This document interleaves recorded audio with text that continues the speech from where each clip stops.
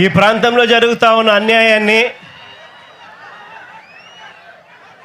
Media సమక్షం ద్వారా రాష్ట్ర ప్రజలందరి దృష్టికి కూడా తీసుకొని పోయే ప్రయత్నం చేస్తూ ఉన్నాం. ఈరోజు నిజంగా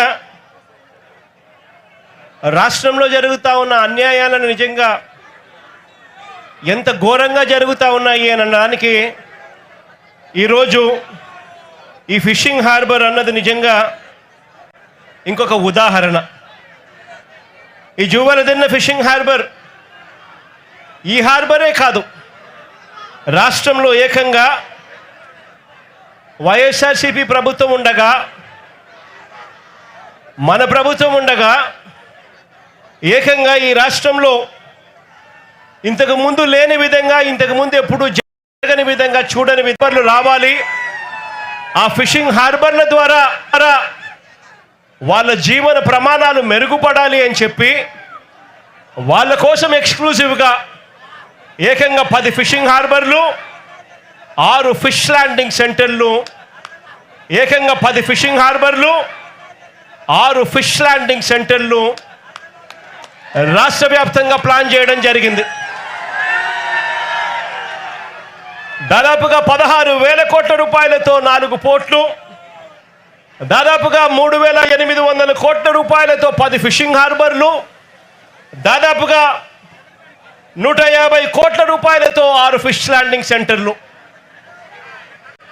దాదాపుగా 20,000 కోట్ల రూపాయల పెట్టుబడులతో వీటికి అన్నింటికీ కూడా శ్రీకారం చుట్టాము. గతంలో వైఎస్ఆర్సీపీ ప్రభుత్వంలో మన హయాంలో ఈ 20,000 కోట్లే కాదు, ఈ 20,000 కోట్లకు అదనంగా మరో 6,000 కోట్ల రూపాయలతో మొత్తంగా 26,000 కోట్ల రూపాయలతో పోర్ట్లకు సంబంధించిన ఎక్స్పాన్షన్ కూడా ప్లానింగ్లోకి భాగమైంది.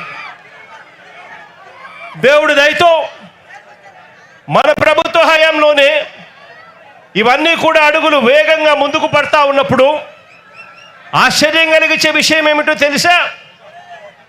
పోర్టులకు సంబంధించి ఇదే పెద్ద మనిషి నేను చంద్రబాబు నాయుడు గారిని ఇక్కడ గట్టిగా నిలదీస్తూ అడుగుతా ఉన్నా.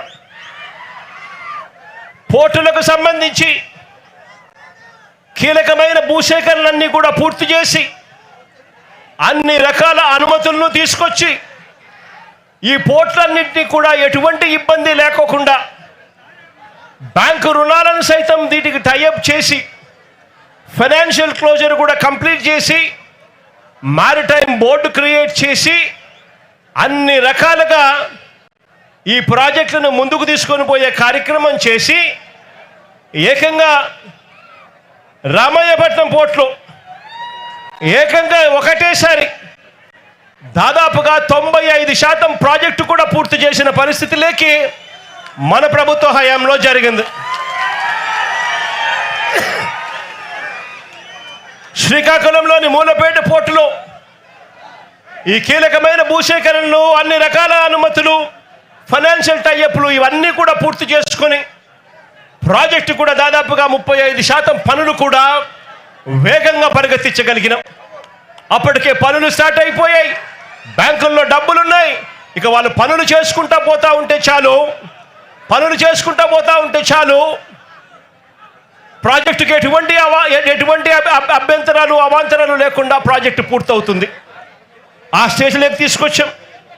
మచిలీపట్నంలో కూడా పూర్తిగా భూసేకరణలన్నీ పూర్తి చేసి అన్ని అనుమతులు తీసుకొని వచ్చి బ్యాంకులతో టైఅప్ చేసి లోన్లన్నీ శాంక్షన్ చేయించి మారిటైమ్ బోర్డు ద్వారా పూర్తిగా పనులు కూడా చేసి దాంట్లో కూడా దాదాపుగా 35% పనులు కూడా మన ప్రభుత్వ హయాంలోనే అప్పటికే మొదలయ్యాయి. కాకినాడ వద్ద ఇంకొక ప్రైవేట్ పోర్టు కూడా వేగంగా పనులు చేయడం కూడా మొదలెట్టింది. నేను అడుగుతా ఉన్నాను, ఆ 4 పోర్ట్లకు సంబంధించి సరే ప్రైవేట్ పోర్ట్ పక్కన పెడితే ఆ మిగిలిన 3 పోర్ట్లు, గవర్నమెంట్ రంగంలో ఉన్న 3 పోర్ట్లు ఇప్పటికే 2 సంవత్సరాలు అయిపోతా ఉంది.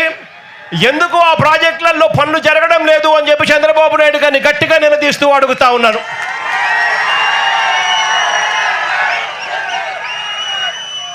ఇవి కాకుండా మరో దాదాపుగా 3,800 కోట్ల రూపాయలతో మొదలెట్టిన 10 కొత్త ఫిషింగ్ హార్బర్లు. ఇందులో జువనదిన్న ప్రాజెక్టు కాసేపటి కిందటనే ఈ జువనదిన్న ప్రాజెక్టును కూడా రాష్ట్రానికి మొత్తానికి కూడా చూపించాం. ఈ ప్రాజెక్టు వైఎస్ఆర్సీపీ ప్రభుత్వ హయాంలోనే దాదాపుగా 300 కోట్ల రూపాయలతో పూర్తిగా ఖర్చు చేసి మార్చి 12వ తారీఖున ఈ ప్రాజెక్టును వర్చువల్గా కూడా ఇనాగరేట్ చేసే కార్యక్రమం కూడా జరిగింది.